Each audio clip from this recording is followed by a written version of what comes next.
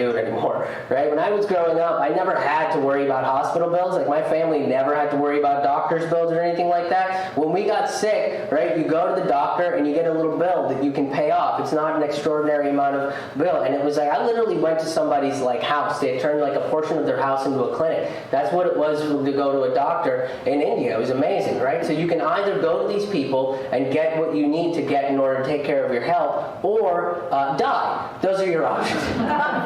And India's like, we got 1 billion people, it's fine. You know? That's what we think about healthcare in our society. It's a major problem in this country, right? We're not without them. I think the one problem that both India and America have, and this is a problem that not a lot of people are addressing, is a problem with class.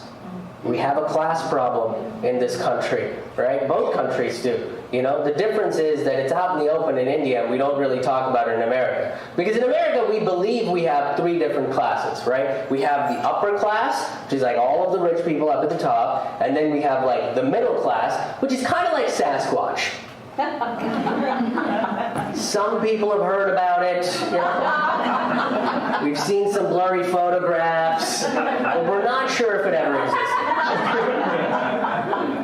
And then you have the lower class, which is all the poor people in this country, right? India's got its own class system. It's called the caste system, right? The caste system has 5 different levels. There's a little bit more complicated version of it, but that's like thousands of levels, and we got to make sure to get drunk later. So we're going to stick with the top 5, right? And all the way at the top of this system are the Brahmins, the priests, the people that can communicate to God. They are at the top of the caste system, and they have to be at the top because God is like way the heaven up there. So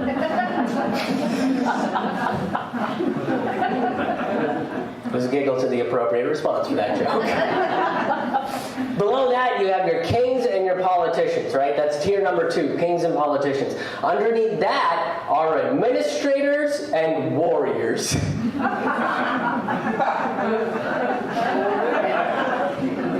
That is a military general and a receptionist, just even keel. That means that every time you go to a doctor's office, you look at the receptionist and say, "Thank you for your service." That's what that means. Underneath that are your merchants, right? Your blacksmiths, your artists, your working class people. You know, all the people that Bruce Springsteen pretends to sing about? Oh, that's a dangerous joke, isn't it? Come on, guys, let's be honest with ourselves. Bruce Springsteen is not for the people, you know? He calls himself the boss. If he was really one of us, he'd call himself the fucking proletariat. He'd be out there striking with those workers. That's what he'd be doing, you know? Yeah. Look, all I'm trying to say is his mansion has gates. So, yeah. And then underneath all of this, the very bottom, some people don't consider these people a class of people, right? All at the very bottom are the untouchables. Yeah, that's not a cute nickname I made up. It's literally what we can't do to them.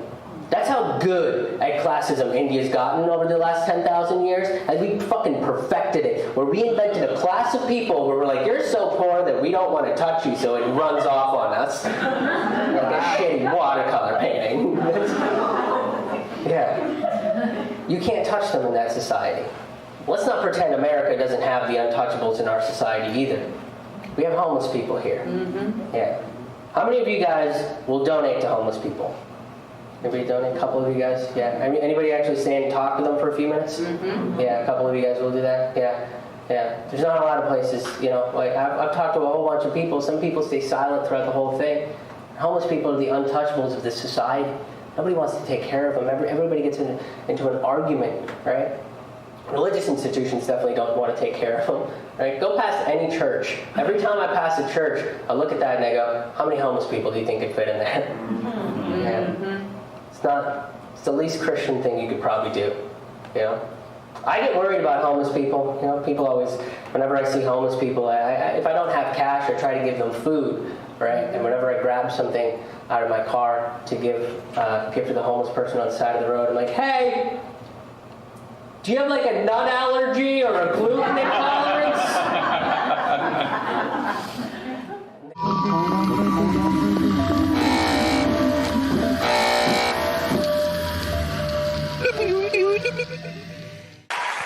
so much. Well, why y'all stop clapping? I don't understand what this... I'm just glad it's fun. So we're gonna have some fun. My name is Michael Jr. I'm gonna do some jokes. But they're not gonna start right away though. I just wanna point that out. So, because for me, comedy is like, it's like dating somebody that you really, really like, you know? And I don't wanna rush this, you know? I used to do that. I used to come up on stage, I would do a joke right away, jump right in, you know, but I got hurt, man, so, you know. And let's be honest, right? I'm sure you've seen a lot of comedians in your day. You know, I know I've had my share of audiences, you know? But it didn't last. So I want this to be different, so. We're doing comedy at a church.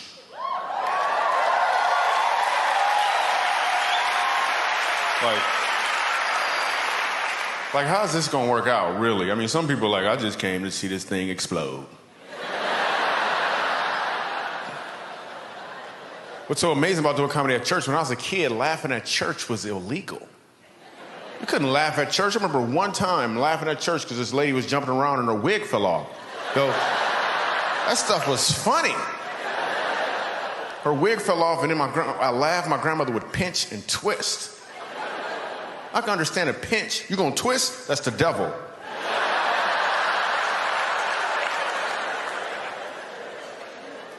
Church was the worst. Oh my goodness. Church lasts like 6 hours. Dude on stage is mad at everybody. I can't figure out why he's so angry. 7 years old, I figured out why he was so angry. He was angry because he had some phlegm caught in his throat. So at the end of every sentence, he'd try to get it out. He'd be like, the Lord said, act like you.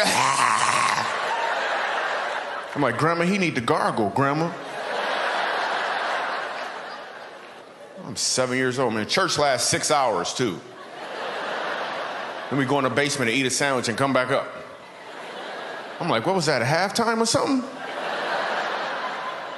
Actually, I'm gonna be real with you. There's enough black people here. It was always chicken. Why we always gotta eat chicken every single time? I know, I had to tell them. I'm sorry, we at church, you know? And tuna. At the end of church, they would ask us, they'd always be like, so you wanna go, after this, we all gonna go to the sister church. I don't even like the brother church. One time I get to church, 7 years old, there's a dead body in the front. It's a funeral. Nobody explains that to a 7-year-old Michael Jr. I'm thinking that's how they roll. Like every 3 weeks or so, they bring a dead body in as an example or something. And the dude on stage yell at everybody in the audience like they the ones that did it. I remember asking my grandmother, I'm looking for some explanation. I'm like, Grandma, what happened to the man in the box? What happened to the man in the box? Her whole explanation was, he in a better place. I'm like, what kind of box did he live in before?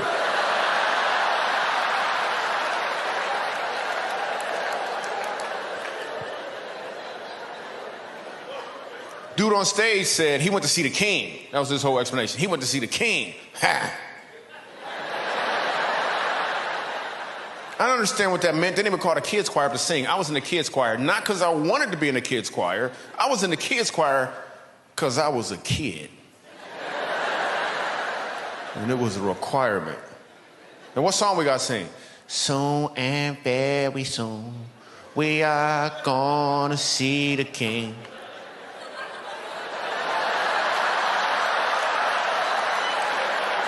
I don't want to see the king.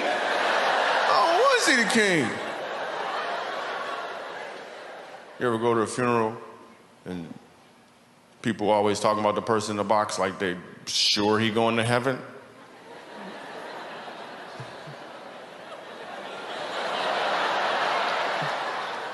And then they tell you that, and then the people get up there, they always talking about him. And last thing you know, like the dude stabbed 3 people and he never prayed one time in his life. And all of a sudden, everybody, like, he going to heaven. He's like, I'm sure Uncle John is looking down at me right now, and a little tear is going down his eye. I'm like, he's probably looking up at you right now. Listen, that's a sweat bead, is what it is. A sweat bead rolling on.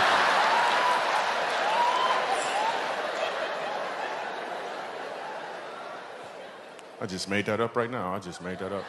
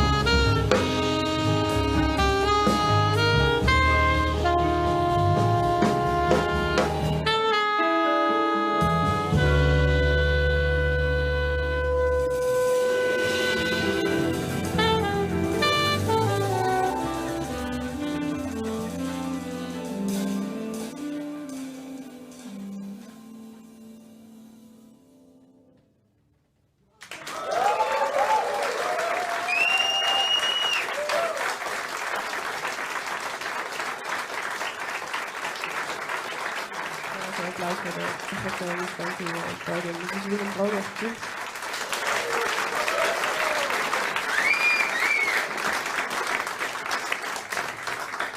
Erik Brugmans.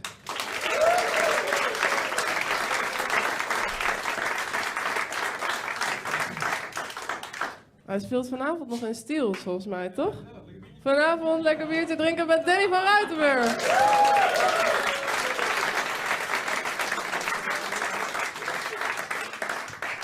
Manuel Woudhuizen.